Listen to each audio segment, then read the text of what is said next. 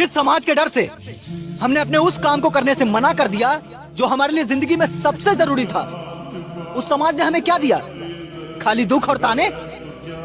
जिंदगी भर समाज की कठपुतली बनते चले आए। अरे ये कर लिया तो लोग क्या कहेंगे, वो कर लिया तो लोग क्या कहेंगे। वही समाज हमारी परेशानियों को देखकर हमारा मजाक उड़ाता है। और आज मैं आपको इस समाज की असलियत बताता हूं। अगर आपको इस समाज में इज्जत चाहिए तो आपको दो काम करना होगा।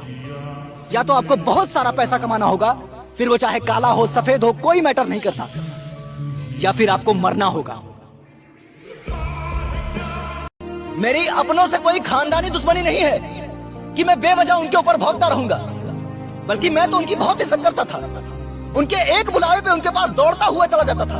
और कहीं ना कहीं बचपन से मुझे यही सिखाया गया था कि हमारे हर सुख दुख में हमारे अपने ही काम आते हैं। लेकिन आप मुझे बताओ, यही आपके अपने जिनको आप जिंदगी का आदर्श मानते हो, आपके माँ बाप का मजाक उड़ाएं, उनकी गरीबी का मजाक उड़ाएं, और सिर्फ इसलिए कि उसके पास ढंग के कपड़े नहीं है, पहनने को चप्पल नहीं है, तब आप क्या करोगे? क्या तब भी आप उन अपनों को गले लगाकर उनका माथा चूमोगे? नहीं, आप जवाब दोगे। इसलिए मैंने भी जवाब दिया और जिंदगी भर जवाब दूंगा। जिंदगी में इन अपनों ने इतना तो सिखा दिया है कि इंसान अच्छा या बुरा कर्मों से नहीं पैसों से होता है। अगर आपके पास पैसे हैं तो आप अच्छे हैं, आपकी हर बात मानी जाएगी। लेकिन अगर आपके पास पैसे नहीं है तो आप कितने भी अच्छे हैं, कितने भी सच्चे हैं, आपकी अच्छाई आपके मुंह पे मार दी जाएगी। पैसा ये दुनिया की वाहिद ऐसी चीज है जिसको छूने से पहले लोग जात पात नहीं देखते कि ये किस जाति का है, ये दलित का है या ब्राह्मण का है, ये अमीर का है या गरीब का है। इसको छूने से पहले किसी ने हाथ धोए थे या नहीं धोए थे, इससे कोई फर्क नहीं पड़ता। अगर बनना है ना तो इस पैसे की तरह बनो, अपने आप को उस काबिल बनाओ, उस मुकाम पर ले जाओ कि तुम किसी भी जाति के हो, किसी भी धर्म से हो, तुम्हें छूना या तुम्हें हासिल करना उनके लिए मजबूरी बन जाए। यार बहुत ऊब गया हूं ये डबल डबल जिंदगी जी के। उसके सामने हंस के चलना, उसको देखते ही एटीट्यूड भरी नजरों से इग्नोर करना, हमेशा नए नए कपड़े पहनना ताकि उसको एहसास हो। सच बताऊं ना, उसने तो मुझे छोड़ दिया है, लेकिन आज तक मैं उसको नहीं छोड़ पाया, क्योंकि आज भी मेरी जिंदगी की डोर उसी के हाथ में है। मैं किसको एहसास कराने की कोशिश कर रहा हूं?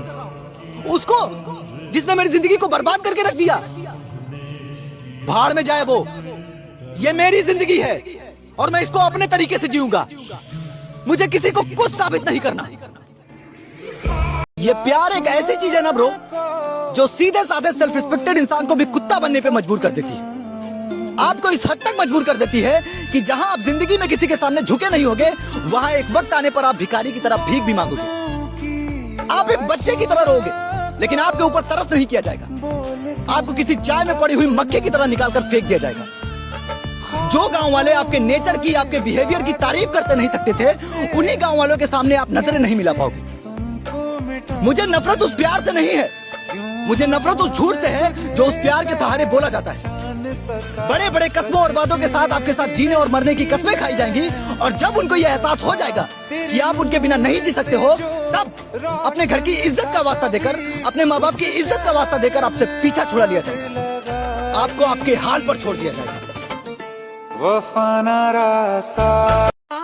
रुक! मतलब एक लड़के के छोड़ के जाने पर तुम अपनी जान देने को तैयार है? पहली बात तो ये कोई फिल्म नहीं चल रही कि तू मरने के बाद फिर से वापस आ जाएगा या फिर तेरा दूसरा जन्म हो जाएगा। Life is more expensive bro. अगर जिंदगी की कीमत पता करनी है ना, तो जाके उनसे पूछो जो जिंदगी के आखिरी स्टेज में है। और जिस दो कौड़ी के प्यार के लिए तू अपनी जान देने को तैयार है ना, यकीन मान, तेरे मरने के बाद एक महीना भी नहीं लगेगा उसे एक नया यार बनाने में। माँ बाप की उम्र निकली जा रही है, बहन शादी के लायक होती जा रही है। अपने माँ बाप का सहारा बनने के बजाय तू अपनी जान देने को तैयार है, वो भी उस लड़की के लिए जिससे मिले हुए अभी तुझे 3 महीने भी नहीं हुए हैं। अगर वो तेरे बगैर जिंदा रह सकती है तो तू उसके बगैर जिंदा क्यों नहीं रह सकता है? मरना सॉल्यूशन नहीं है मेरे भाई। उठ और अपने आप को साबित कर, ताकि उसे यह एहसास हो कि उसने क्या खोया है।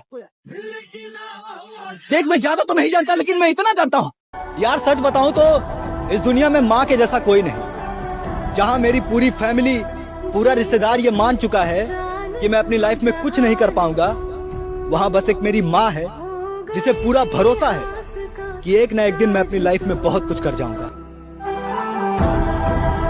सारे रिश्ते झूठे हैं सर, और झूठी है सारी कहावतें कि चाचा बाप का दूसरा रूप होते हैं, भाभी माँ का दूसरा रूप होती है। बस एक बार आपका बुरा बकाने की देर है, बस एक बार आपके माँ बाप की जाने की देर है। ये जितने आपको अपना कहने वाले लोग हैं ना, ये आपके आसपास भी नजर नहीं आएंगे।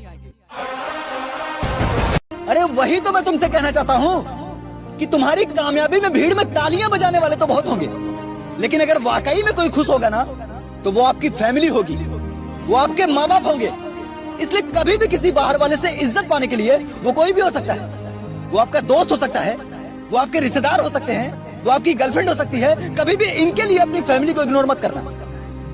अच्छा सोचो ना कि वो माँ बाप जो अपनी पूरी जिंदगी जी चुके हैं, जिनके सामने अब ज्यादा जिंदगी नहीं बची है, फिर भी वो आपकी कामयाबी में ऐसे खुश होते हैं जैसे कि वो आपकी नहीं उनकी कामयाबी हो।